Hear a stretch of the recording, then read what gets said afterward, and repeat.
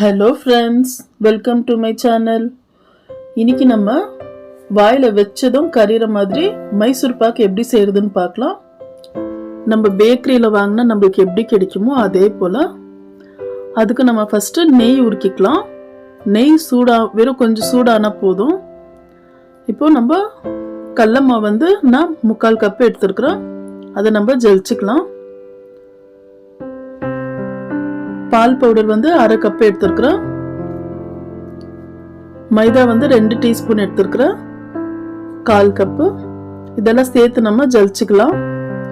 நம்ம ஜலிச்சுட்டு செஞ்சா நம்மளுக்கு நல்லா நைஸா வரும், கட்டிகள் வராது. இதை ஓரமா ஒதுக்கிடலாம். இப்போ நான் இதே கப்ல 1 கப்பு நெய் சேர்க்கிறேன். ஃபர்ஸ்ட் சேர்த்து நம்ம நல்லா மிக்ஸ் பண்ணிக்கலாம். நம்ம கொஞ்சம் கொஞ்சமா நெய் விட்டு நம்ம மிக்ஸ் பண்ணிக்கலாம். இது மிக்ஸ் பண்ணும்போது நம்ம 1 கப்பு நெய் சேர்த்துக்கலாம். அதுக்கப்புறமா நம்ம தேவைப்படும் போது நெய் சேர்த்துக்கலாம். இப்போ இது நல்லா கட்டிகள் வராம நல்லா நைஸா இதை மிக்ஸ் பண்ணி வைக்கலாம். இப்போ பாருங்க, இந்த மாதிரி மிக்ஸ் பண்ணிட்டு இது ஒரு பக்கம் இருக்கட்டும். இப்போ பேன்ல நான் 3/4 கப்பு தண்ணி சேர்த்துருக்குறேன். நம்ம எதுல கடலை மாவு எடுக்கிறோமோ அதுலேயே தான் எல்லாமே அளந்துக்கணும். நான் இன்னைக்கு 2 கப்பு சர்க்கரை சேர்த்துருக்குறேன். 2 கப்பு சர்க்கரை, 3/4 கப்பு தண்ணி. இப்போ இது நல்லா சர்க்கரை கரைஞ்சி நம்மளுக்கு பபிள்ஸ் வருது பாருங்க. இப்போ இந்த டைம்ல நம்ம பாகு கம்பி பதம் ஒரு கம்பி பதம் வந்தா போதும். இப்போ நம்ம மைசூர் பாக்கு எதுல ஊற்றி வைக்கிறோமோ அந்த ஒரு டப்பால நம்ம நெய் தடவி வச்சுக்கலாம். அப்பதான் நம்மளுக்கு ஒட்டாம வரும். இப்போ நம்ம கம்பி பதம் வந்திருக்கா பார்க்கலாம். பாருங்க, இப்படி 2 விரல்ல தொட்டு நம்ம இப்படி விடும்போது ஒரு கம்பி மாதிரி வரும். அதுதான் சரியான பதம். இப்போ நம்ம மீடியம் ஃப்ளேம்லயே வச்சுட்டு நம்ம கரைச்சி வச்சிருக்கிற கடலை மாவு சேர்த்துக்கலாம். இப்படி எல்லாமே சேர்த்துட்டு இப்போ நம்ம கைவிடாம கிண்டணும். நம்ம ஒரு நிமிஷம் கூட கை எடுக்க கூடாது. கைவிடாம இதை கிண்டணும். அப்பதான் நம்மளுக்கு மைசூர் பாக் நம்ம நினைச்ச மாதிரி வரும். இப்போ மீடியம் ஃப்ளேம்லேயே வச்சுட்டு இதை நல்லா கிண்டிட்டே இருங்க.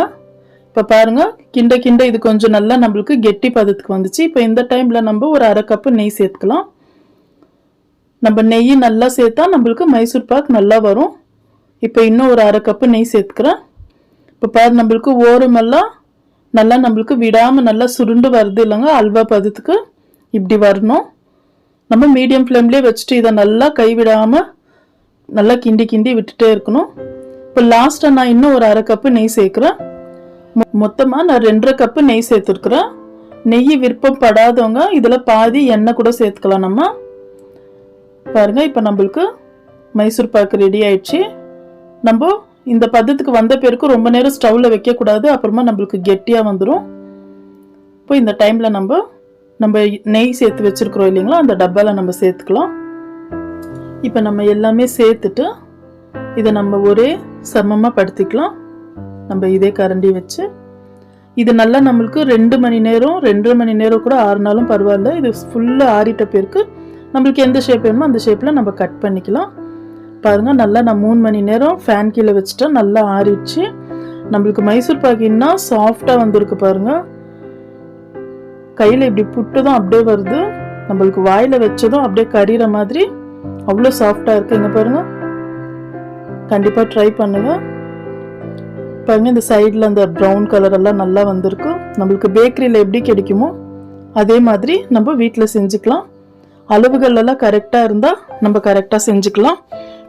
நம்ம மைசூர் பாக்கு வந்து எப்பவுமே கொஞ்சம் பார்த்து கரெக்டா அளவுகளோடு செஞ்சா நம்ம எப்படி நினைக்கிறோமோ அப்படி வரும். நம்ம பண்டிகை நாட்கள்ல கூட இந்த மாதிரி ஈஸியா வீட்லயே செஞ்சிடலாம். அவ்வளவுதான் ஃப்ரெண்ட்ஸ். இந்த வீடியோ உங்களுக்கு பிடிச்சிருந்தா லைக் பண்ணுங்க, ஷேர் பண்ணுங்க, மறக்காம சப்ஸ்கிரைப் பண்ணுங்க. தேங்க்யூ.